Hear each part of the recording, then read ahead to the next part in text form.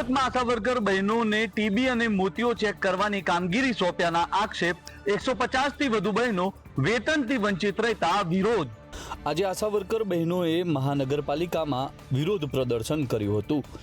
આશા worker બહેનોને માતૃવંદના યોજનાની કામગીરીનું વેતન નહીં મળ્યું હોવાના આક્ષેપ કરવામાં આવ્યો છે। સાથે જ તેમને ટીબી અને મોતિયો ચેક કરવાની કામગીરી સોંપવામાં આવી હતી।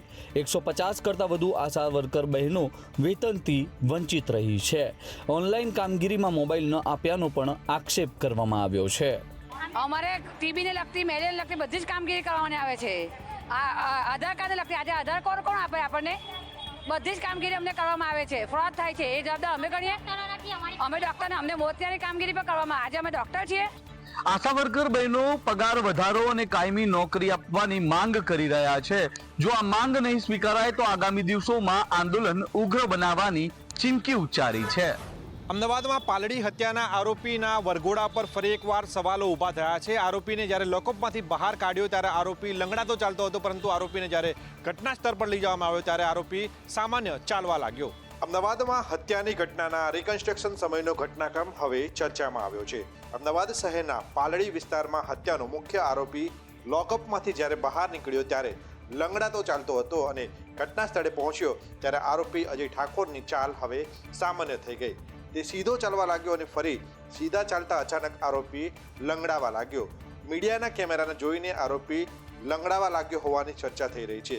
આમ આણંદ બાદ હવે અમદાવાદ શહેરમાં આરોપીના વરઘોડા ઉપર સવાલ ઉઠ્યા છે। આ પહેલા આણંદમાં પણ બાળકીની હત્યાના આરોપીનો વિડીયો વાયરલ થયો હતો, જેમાં પીએસઆઈ કાનમાં કાયદાની સાથે જ આરોપી લંગડાવા લાગ્યો હતો। આરોપીના વર્તનને લઈને સોશિયલ મીડિયા પર લોકો પોલીસની કામગીરી પર સવાલ ઉઠાવી રહ્યા છે અને સવાલ પૂછી રહ્યા છે કે પોલીસને આવું કરાવવાની શું જરૂર પડી। ભુજમાં અસામાજિક તત્વો વિરુદ્ધ કાર્યવાહી કરવામાં આવી છે। અસામાજિક તત્વોના ગેરકાયદેસર દબાણ પર દાદાનું બુલડોઝર ફરી વળ્યું છે। રાજ્યભરમાં અસામાજિક તત્વો તથા સરકારી જમીન પર ગેરકાયદેસર બાંધકામો પર કડક કાર્યવાહી કરાઈ રહી છે, જેમાં આજે ભુજમાં અસામાજિક તત્વો સામે કાર્યવાહી કરવામાં આવી। અસામાજિક તત્વોના દબાણ પર દાદાનું બુલડોઝર ફરી વળ્યું છે। ભુજમાં 4 આરોપીઓના ગેરકાયદેસર દબાણ તોડી પાડવામાં આવ્યા। સાજિદ રહેમતુલ્લા, અરબ અલી પઠાણ, તોસીબ મહમદ લાખા અને રિયાઝ મોહમ્મદના દબાણ સામે કાર્યવાહી કરવામાં આવી છે। આ ચારેય આરોપી ગુનાહિત ઇતિહાસ ધરાવે છે। આરોપી સામે અસંખ્ય ગુના નોંધાયેલા છે। આરોપીઓએ સરકારી જમીન પર ગેરકાયદેસર દબાણ કર્યું હતું। આ દબાણને ચુસ્ત પોલીસ બંદોબસ્ત સાથે તોડી પાડવામાં આવ્યું। અસામાજિક તત્વો સામે કાર્યવાહી કરવામાં આવી છે, ત્યારે ગુનાહિત પ્રવૃત્તિ સાથે જોડાયેલા તત્વોમાં ફફડાટ ફેલાયો છે। રાજ્યમાં ખાડા રાજ યથાવત છે। વડોદરા અમદાવાદ નેશનલ હાઈવે 48 પર મસ્ત મોટા ખાડા વાહન ચાલકો માટે માથાનો દુખાવો સમાન બની ગયા છે। વડોદરા અમદાવાદ હાઈવે પર દેડા ચોકડી પાસે 5 કિલોમીટરથી વધુનો ટ્રાફિક જામ સર્જાયો અને તેની પાછળનું કારણ છે હાઈવે પરના મસ્ત મોટા ખાડા।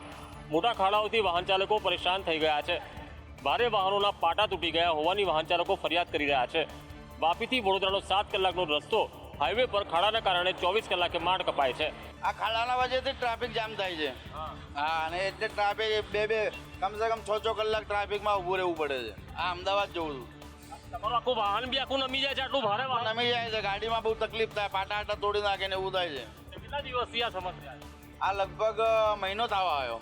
જાંબુઆ ચોકડી બાદ હવે દેડા ચોકડી પાસેના ખાડાઓના કારણે આ હાઈવે વાહન ચાલકો માટે માથાનો દુખાવો સમાન બન્યા છે। કચ્છમાં સ્પેશિયલ શિક્ષકોની ભરતીને લઈને આંદોલન યથાવત છે। આજે પણ મુન્દ્રા ટોલ નાકા પર વિરોધ પ્રદર્શન બાદ લોકોએ પદયાત્રા કાઢી હતી।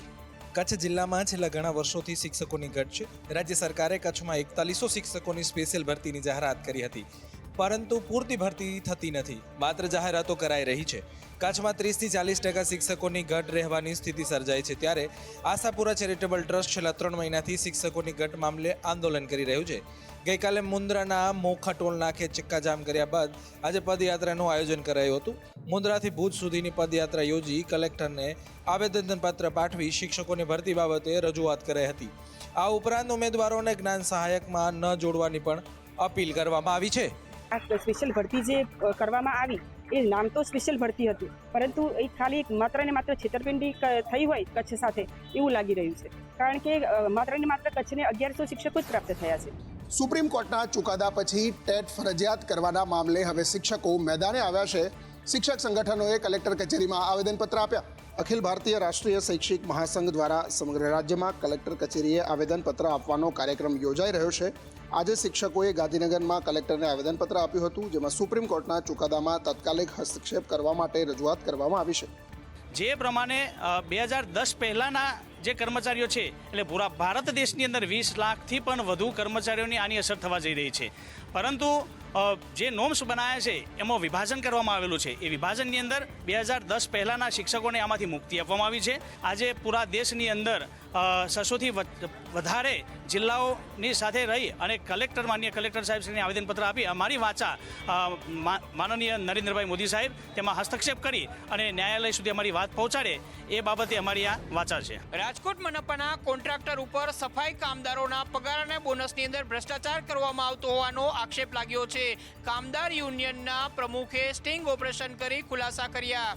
સફાઈ કોન્ટ્રાક્ટર દ્વારા સફાઈ કામદારોના પગાર અને બોનસમાં કૌભાંડ આચરવામાં આવતું હોવાનો રાજકોટ કામદાર યુનિયન દ્વારા પર્દાફાશ કરવામાં આવ્યો છે.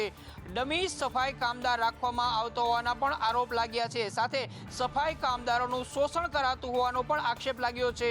પણ જીડીએસમાં કોન્ટ્રાક્ટર છે એ આ બધે નીતિ નિયમને નેવે મૂકી અને રોકડમાં પગાર કરે છે, કવરમાં પગાર આપે છે.